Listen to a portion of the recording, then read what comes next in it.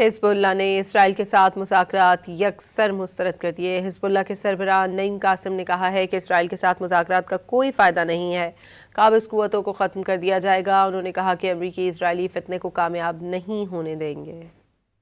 حزب اللہ نے اسرائیل کے ساتھ مذاکرات یکسر مسترد کر دیے۔ حزب اللہ کے سربراہ نعیم قاسم نے کہا ہے کہ اسرائیل کے ساتھ مذاکرات کا کوئی فائدہ نہیں ہے، قابض قوتوں کو ختم کر دیا جائے گا۔ انہوں نے کہا کہ امریکی اسرائیلی فتنے کو کامیاب نہیں ہونے دیں گے۔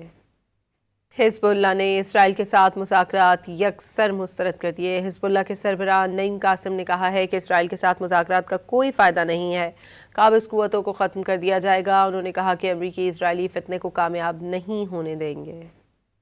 حزب اللہ نے اسرائیل کے ساتھ مذاکرات یکسر مسترد کر دیے۔ حزب اللہ کے سربراہ نعیم قاسم نے کہا ہے کہ اسرائیل کے ساتھ مذاکرات کا کوئی فائدہ نہیں ہے، قابض قوتوں کو ختم کر دیا جائے گا۔ انہوں نے کہا کہ امریکی اسرائیلی فتنے کو کامیاب نہیں ہونے دیں گے۔